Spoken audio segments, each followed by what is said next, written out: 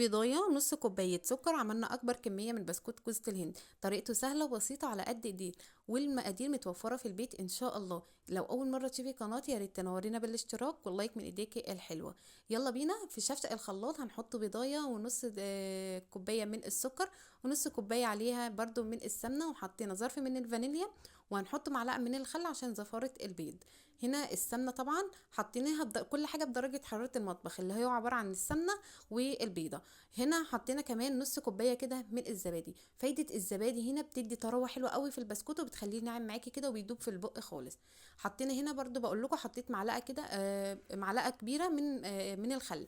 هضرب الكلام ده كله كويس جدا في الخلاط. وهنا المكونات الجافه بتاعتنا عباره عن كوبايتين من الطحين ونخلينهم كويس جدا، معلقه صغيره من النشا، معلقتين كده من جوز الهند. قلبنا الخليط المكونات الجافه بتاعتنا كويس جدا. هنقولوها تاني: كوبايتين من الطحين، عليها معلقتين من جوز الهند، نص معلقه من البيكنج باودر، ومعلقه صغيره من النشا. وفايده النشا بتدي طراوه حلوه قوي معانا في البسكوت. ضربنا الخليط اللي احنا حطيناه من المكونات السايله، ضربناه كويس جدا لغايه لما الخليط كريمي كده زي ما انتم شايفين، وبعد كده حطيناهم على المكونات الجافه.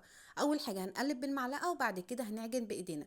لما تحسي بقى العجينه تبدا معاكي سايله كده، تروحي حاطه عندك الدقيق بالتدريج. ما نحطوش 3 كوبايات دول مره واحده. طيب في الاخر الخليط ده استعمل معايا كام كوبايه؟ استعمل معايا 3 كوبايات ونص من الطحين.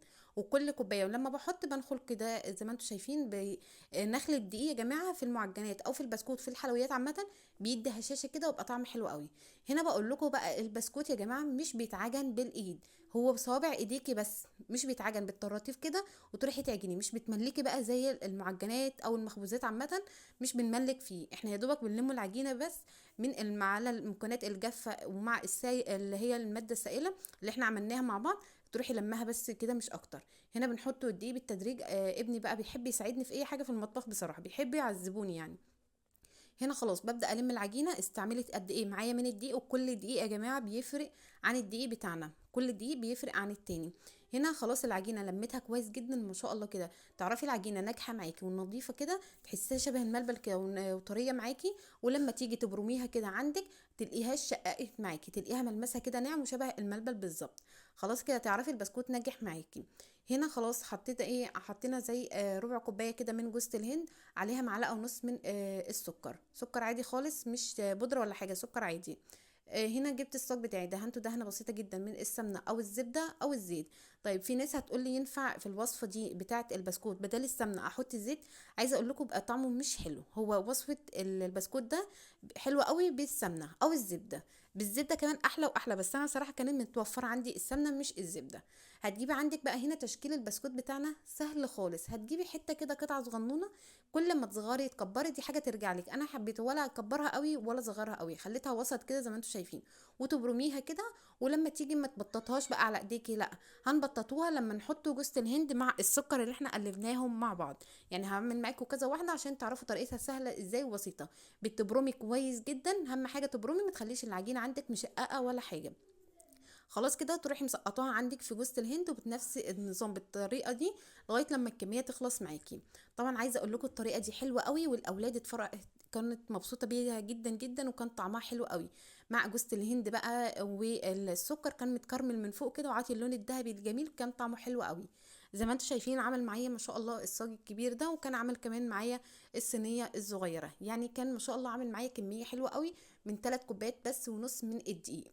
طبعا هنا بقى مع كوبايه شاي بقى كده، او كوبايه شاي وبحليب، او كوبايه نسكافيه، بجد كان حلو قوي. هنحطوه في الفرن على درجه حراره 160. بتولعي الاول من الفرن، وبعد كده اخر حاجه الشوايه. ليه ما نولعوش الاتنين من مع بعض؟ عشان ما ينفعش هتلقي البسكوته عندك شققت معاكي وتبقى شكلها مش لطيف خالص. هتحطي الاول من تحت على درجه حراره 160 او 170، وبعد كده هتطلعي الشوايه هياخد اللون الذهبي الجميل، وبعد كده هتطلعيه بالف هنا وشفا.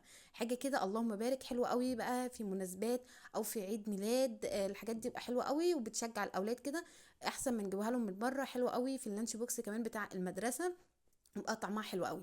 شايفين بقى البسكوته هشه ازاي من جوه ومش مكتومه وطعمها حلو قوي. عايزه اقول لكم ابني مش صابر من ريحتها وجمالها. ريحه جوز الهند مع السكر من فوق كده، ريحتهم متكرملين ومتحمصين كده في الفرن، ريحتهم خطيره.